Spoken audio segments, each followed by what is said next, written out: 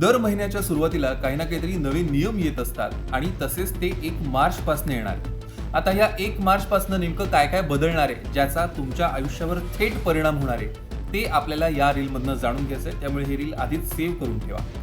सगळ्यात महत्त्वाचं पहिलं म्हणजे रेल्वे तिकीट बुकिंगच्या ॲपमध्ये होणारा मोठा बदल. 1 मार्च पासून UTS ॲप चालणार नाहीये.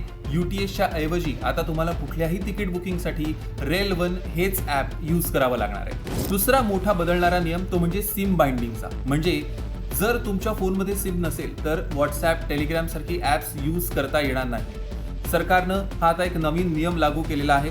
म्हणजे जर मोबाईलमधनं सिम काढलं तर ही ॲप्स तात्काळ बंद पडतील. वायफाय किंवा अन्य नेटवर्कद्वारेही सिम शिवाय ही ॲप्स वापरता येणार नाही. तिसरं म्हणजे तुमचे UPI व्यवहार किंवा कुठल्याही डिजिटल पद्धतीचे आर्थिक व्यवहार हे आता अधिक जास्त सुरक्षित याच 1 मार्च पासून होणार आहे. आणि त्यासाठी मोठ्या रकमेच्या व्यवहारांवर अतिरिक्त सुरक्षा उपाय लागू केले जातील. म्हणजे केवळ UPI पिन पुरेसा नसेल तर जास्त मूल्याच्या व्यवहारांसाठी बायोमेट्रिक किंवा मल्टी फॅक्टर ऑथेंटिकेशन अनिवार्य होऊ शकतं.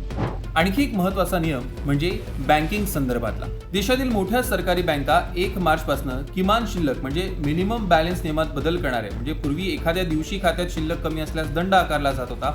मात्र आता सरासरी मासिक शिल्लक म्हणजे ॲव्हरेज मंथली बॅलन्सवर आधारित दंड आकारला जाईल. आणि अर्थात CNGच्या दरांमध्ये असेल, पेट्रोल डिझेलच्या दरांमध्ये किंवा सोन्याच्या दरांमध्येही मोठे बदल होऊ शकतात.